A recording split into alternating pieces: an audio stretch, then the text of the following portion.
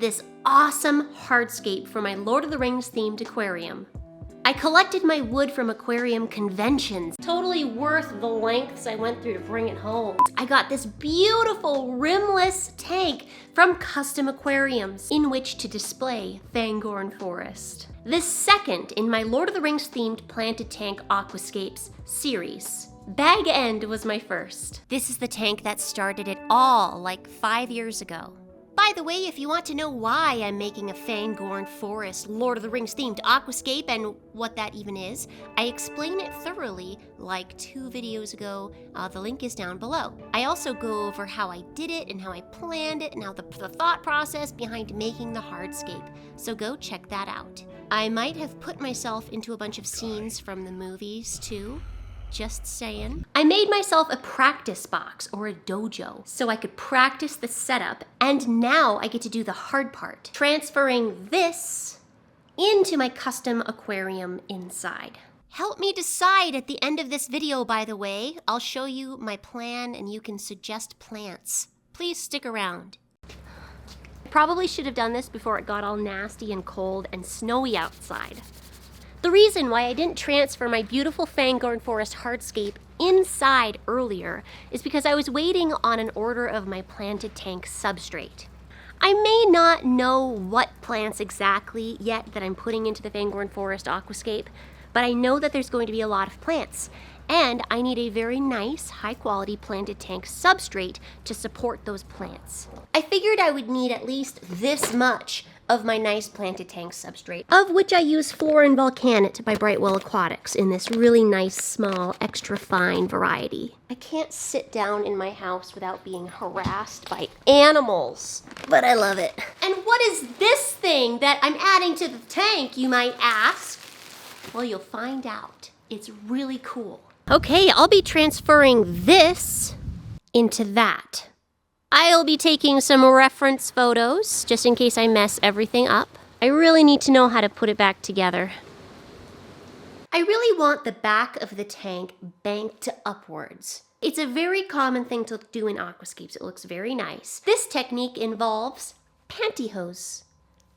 Don't be shy, boys, about going to the store and buying yourself some pantyhose. Just say it's for your own personal use. Instead of just making a hill out of substrate, I want to give my rocks and my sticks in the background something really solid underneath of the hill. So I'm going to fill up this pantyhose with some really lightweight, bulky material. I've used Hydroton in the past, which are those little round expanded clay balls. This time I'll be recycling some media from an old terrarium of mine.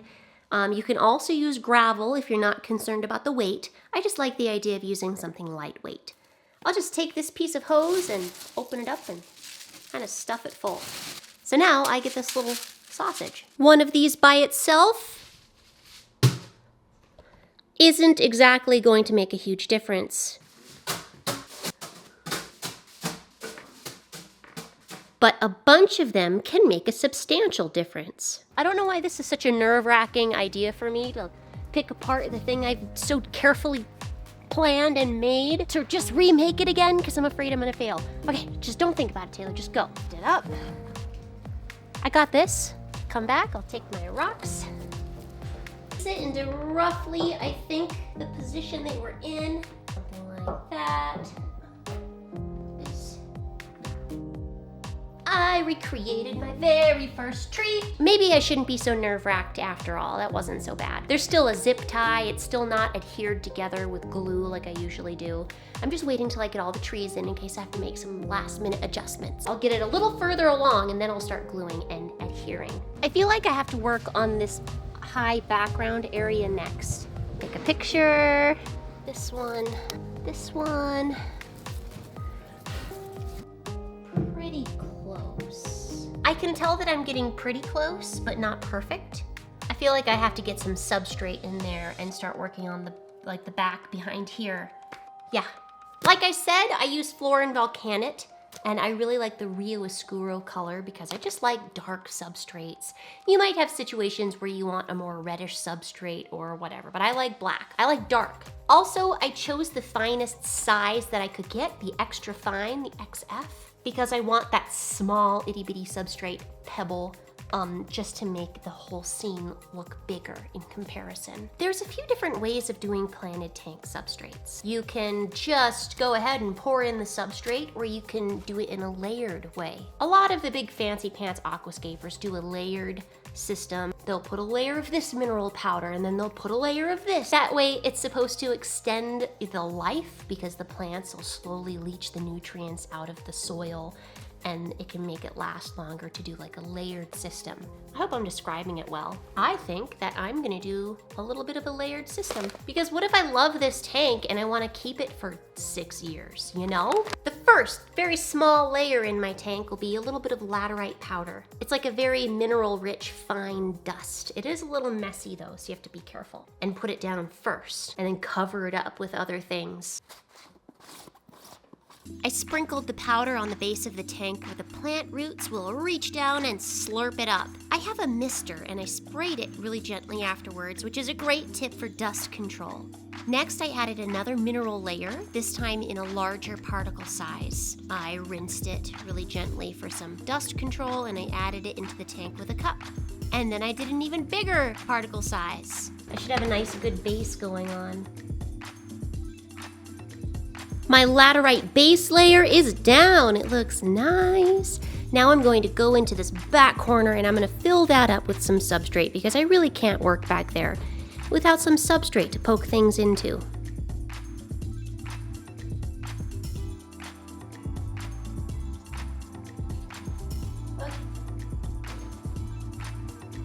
Sort of. It's coming together. Now I have to do the hard part. I have to do this other half. I have to finish tonight. So this is gonna be my next piece. That out. It's cold. I've been working on this all night. I've been trying to mess around with it to get it back up to the amount that I liked it outside in the practice box. I think I'm close. I am so calling it a night, but tomorrow I'm gonna start to adhere things together and get closer to actually calling it done and ready to get my plants. It looks so cool backlit by that window. I think I'm finally happy with how it's arranged. I just need to keep moving forward. The next step is to take some super glue and adhesive that I'm gonna use and actually fix all these branches and rocks into place. One thing you can do is you can use the super glue method. All you need is some liquid cyanoacrylate super glue and a little bit of natural fiber. I learned this technique using cigarette filters. I got that from another aquascape, so I got like a big eBay pack of cigarette filters. But it turns out you can use any natural fiber. You can use like torn up cotton balls, paper towel, toilet paper, just whatever, I think. So I tear it up, I shove it into nooks and crannies, I poke it in to contact points with a toothpick, and then I'll dribble some liquid super glue onto the fibers and it'll soak in, and it will harden fairly quickly. If you make a mistake and you get like a gel-ish super glue, which I did, it just takes longer to dry. But the liquid stuff, that's fast. This super glue method is great and all, but to adhere larger things together, I decided to use my trusty 2-part epoxy putty method. I go over this in detail in this video where I sculpted fake rocks for a really lovely gecko enclosure that I made. I'm not going to repeat it here since this video is already too long as I'm editing it. I'm using this putty to really adhere the larger sticks and branches together, and I'm also adhering the wood to the stones so the wood won't try to float when I fill the tank. The next thing that I need to do now before I start adhering like sticks to rocks and actually finishing the piece is to take this handy dandy little yardstick, and I'm going to set it across the top, and I'm going to mark where I need to cut a few more pieces so that way I can have a lid on here.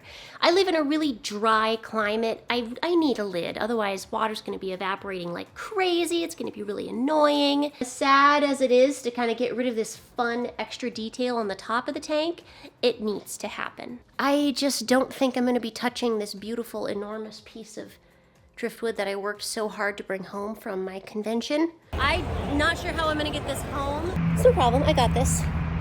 I got this. I don't think I'll be touching that one. It's a matter of pride. Since I have to sit around and just wait for a while, I figured maybe it would be a good time to open this mystery thing. This large mystery thing that I bought like a year and a half ago and I haven't actually opened yet. It's still in its original wrap. I think having a bit of a backlight is going to be very cool on this tank. So let's open it up and see what I got.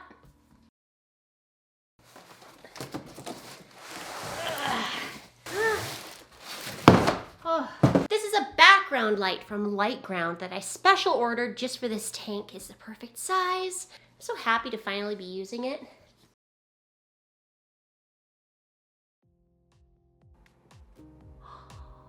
Oh snap, is that cool? Or what? Maybe it's kind of hard to see what's going on because it's daylight and it's sort of backlit by that window. But the effect is really, really neat, and this Lightground panel also comes with some colors, some gradients that you can put on it. So I'm really excited about this. I'm happy with the arrangement, so now I'll cut the tops off my driftwood so I can fit that lid on. I use a hand saw outside for this. It works really well.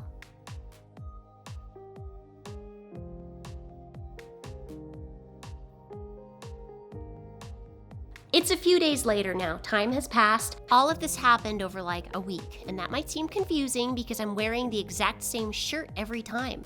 I only have like a few shirts, guys. Give me a break. I know it doesn't seem like it's very different than it was a few days ago, but it is. Let me show you why. If you take a look around this tank, you may notice there are no longer zip ties holding pieces of wood together. That's because my epoxy clay has hardened. Now it's just holding everything together all nicely. I shoved a bunch of rocks inside this root system so it didn't look like things were just flying in the air for no reason. I wanted the roots of the tree to look like they were growing over some rocks. I used my epoxy clay to adhere all the wood pieces to themselves and to rocks. So that way when I flood this tank, hopefully they won't be destroying my scape by floating up to the top. This rock pile in the back too, I added more rocks, and I used that epoxy clay to fill up some holes. And you can't even really tell. I think it looks pretty good. I went ahead and I placed my plumbing, but I haven't glued it in yet. I have a pump coming to me in the mail that I'm really excited about because it's pretty fancy. I still have to get my CO2 set up. It's like I still have a little bit of work to do before I can share this and this really cool sump. Do you know what this means? I am done with the hardscape. At least I'm telling myself I'm done. I'm telling myself that today's the very last day I can tinker with it because I need to move on to plants. Planning plants, ordering plants, receiving them and planting them. Once I get this many plants in, I'm gonna have to spend like seriously all night planting this tank. But that's where you can usually find me in my evenings. Being a big nerd. And the plant choice matters a lot. I want plants that give me a sense of scale in my tank, so I want fairly small plants, fairly petite plants, to make the trees seem even bigger. Because I want my trees to feel enormous. It's Fangorn Forest, so my plants have to be tiny. I want moss. I want so much moss. Because Fangorn Forest is so dark and dense, and I feel like it's really wet, and that there's a lot of moss growing everywhere. Why not? Let's plan out my tank.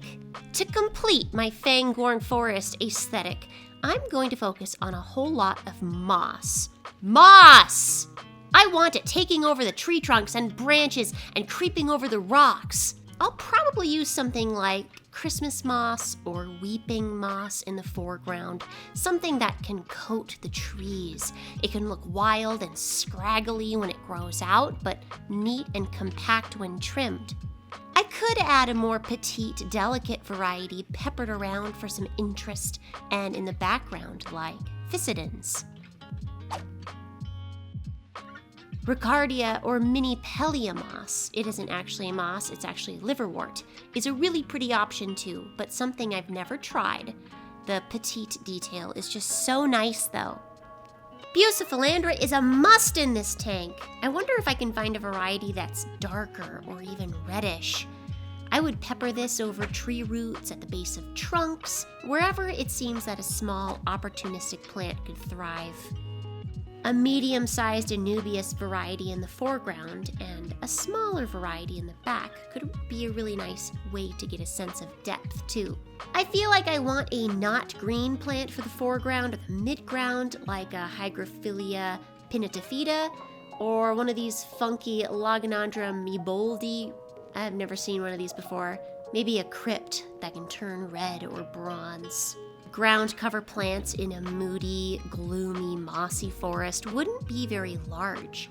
I envision mostly small plants, like check out this really compact bacopa, or maybe a crypt parva. I could do one of those Lobelia cardinalis compacts, or maybe some Marsilia hirsuta. I think that these would be some pretty promising ground plants, of course, surrounded by leaf litter. Like in this reference image, I love this. Well, what do you guys think of my general plant selection ideas? Good, bad? Have any other ideas or suggestions? Please feel free to leave those comments down below. I want to know. Well, I think that's it. This was a big part of the project, bringing in the hardscape and rearranging and adhering everything together. It took me a long time. And figuring out what plants I want. Now I can do my order. I'll have to sit and wait for a while for that to get to me, and that's going to be my next video. I know maybe this wasn't super exciting, but the Fangorn Forest tank is a lot of work and there's a lot of steps involved. So the next video on this is going to be awesome. That's where I'll be planting my plants and doing my dry start method and trying out a few new techniques when it comes to dry starting aquatic plants. That will be fun. And then I'll get my sump set up and completed. I'll flood it and I'll have my tank. Thanks so much for watching, guys, and for supporting me and enjoying my Lord of the Rings aquascape. What do you think about my plant ideas? And do you have any other suggestions for what might be really great to be in this tank? Thanks, guys. Thanks for your support. Thanks so much to my really, really lovely handful of patrons who throw $1 or $2 at me every single month. Love you guys. You really help me with supplies, so thank you. Have a great day, and I'll see you next time.